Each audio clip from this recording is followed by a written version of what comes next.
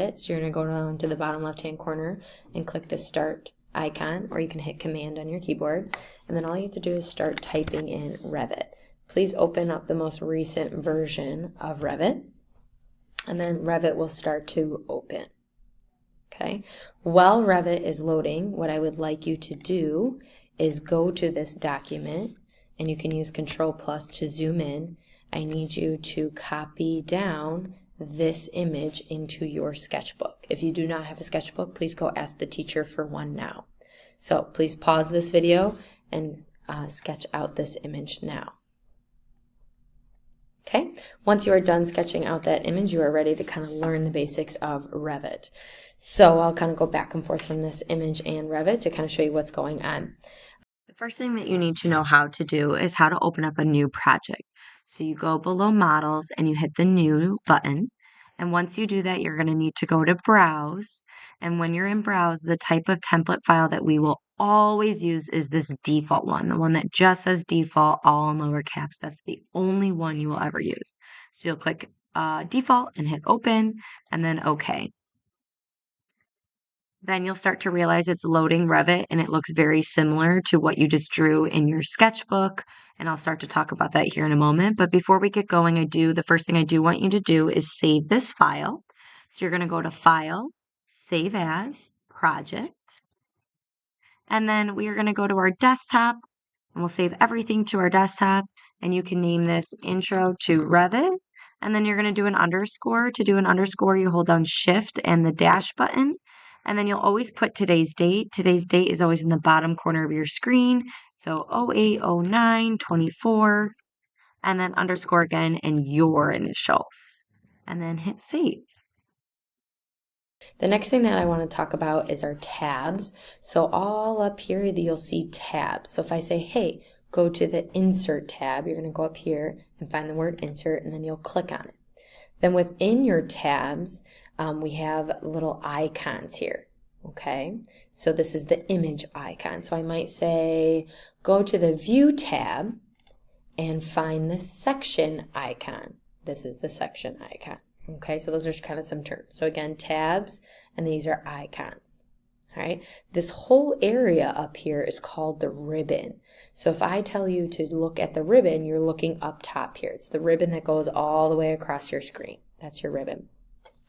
Another feature is the quick commands. So up here, these are your quick commands, and we'll kind of talk about those a little bit more, but you can see that you have your open. How do you open a file? This is how you quickly save your file to floppy disk. How do you save your file? And you'll notice if you hover over anything, it's going to tell you what it is. Okay, so we'll mainly use this for this little house here, and we'll get to that in a little bit. The next part of Revit that you're kind of seeing on your screen is your Properties window.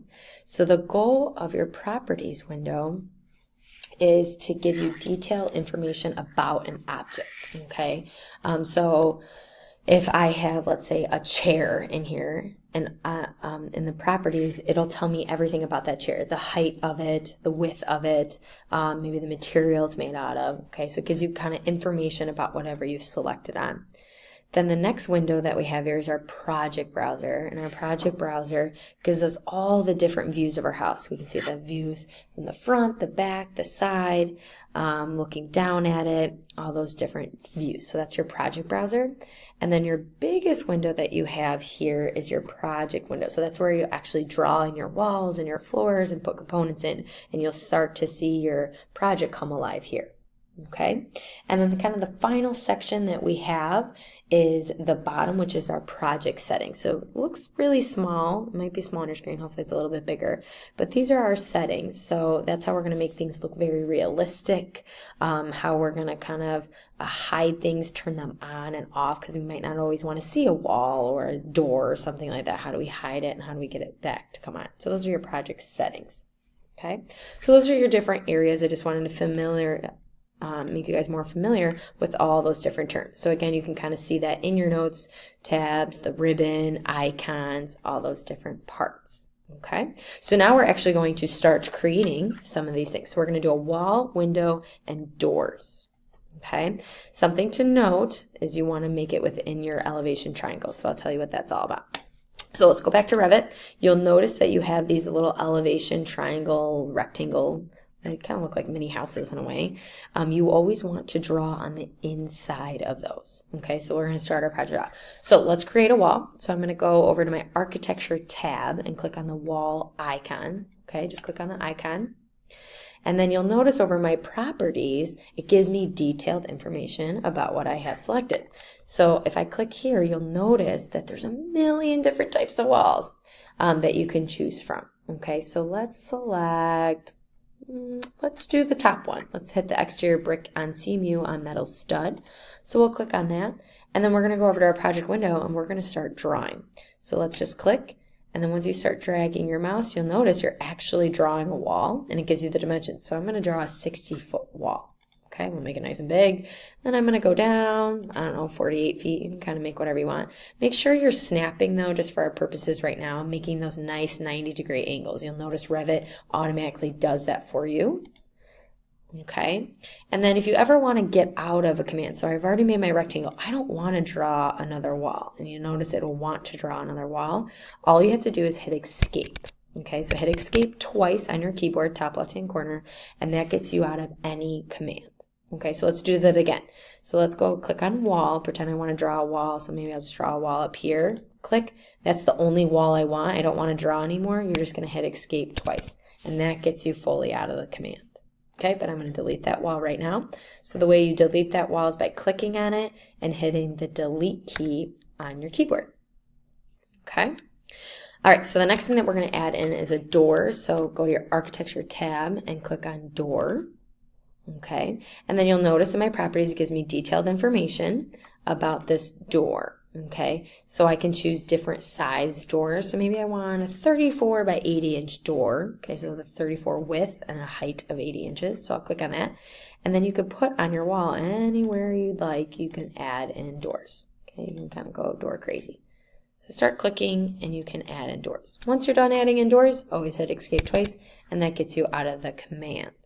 Okay, something I didn't know is we are in a top-down view. We're going to kind of define what that term means here in a little bit, but I'm looking down at my building that I'm creating right now. Okay, so the next thing that we're going to add in is a window. So if you go to your architecture tab and click on window, you can then add a window. So properties, you'll notice in my properties I have different size windows here that I can choose from. So let's choose a square window. So 24 by 24 makes it square. And let's pop in some windows between my doors. Again, it doesn't really matter where you put them. We're just learning the tools. Okay, so add some windows. As soon as you are done, you can hit escape. Okay. So now we get to see what we actually created in 3D view. So you're going to go up to your quick commands, which is up here. This is your quick command bar, and you're going to hit your house. Okay, you're going to hit your little dog house. Click on that.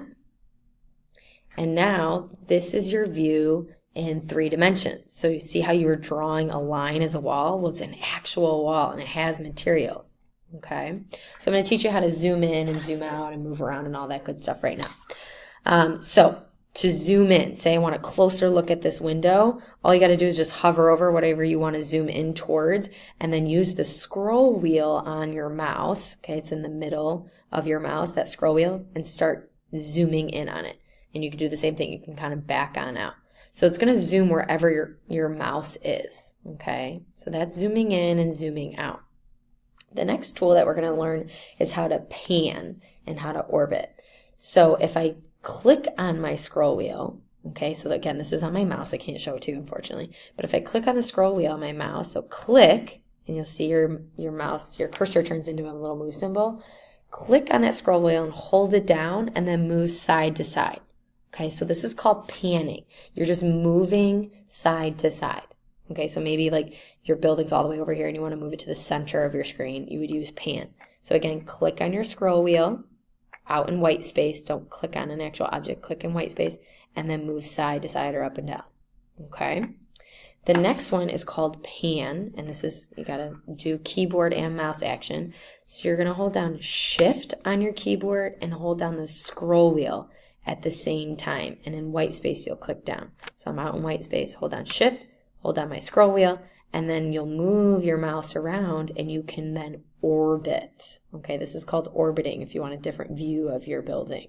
Okay, you'll also notice while I orbit that this little box up here is moving. That's another way that you can move around your building. So you can use this little cube and you can hit back. I want to see the back of my building, or use this arrow. I want to see the right side, or if I hit the little house button, I want to see it in 3 dimension. Okay, kind of see the whole thing. All right, so that's kind of how you move around. The next thing I want to show you is how to make it look realistic. So down in our project settings, again, project settings are down here. We're going to make it look realistic. So 1, 2, 3 kind of icons in. You're going to click on the visual style. Okay, so it's this little box here. Click on that box and we're going to change it to realistic.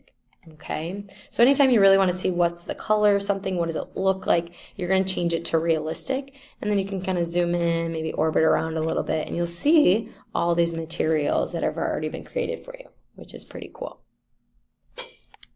Okay. All right, so the next thing that we're going to kind of think about a little bit more is looking at the detail about each item. So I'm going to click on my window, and like I said, our properties window over here gives us all the detailed information about that object. So if I click on it, it's telling me, hey, it's on level 1, and it's the sill height, so the bottom of the window, that's the sill, is 3 feet from the bottom. Okay, so from here to the bottom of the window is 3 feet. So let's say I want to move that window up.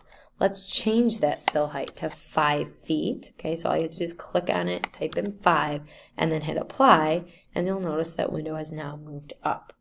Okay, we'll get into materials a little bit more, but you can also click on edit type. Okay, we'll do more of this in the future, and you can change the height of your window here, the width, a bunch of different things, but we're not going to do that quite yet because there's more to it than that. Okay, so we can just hit OK right now.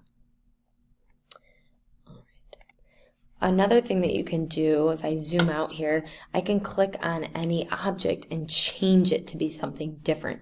So let's click on a wall, click on any wall that you want, and then I'm going to go over to my properties and I'm going to be able to change that wall. So let's say I want it to be, I don't know, let's do a generic 8-inch masonry wall. Okay, so let's change it to that. And you'll notice now this wall has changed. It is different than my other wall. This was my exterior brick on CMU. This is now just a masonry wall. Okay, so you can just click on something and change it over in the properties to be something different. Okay.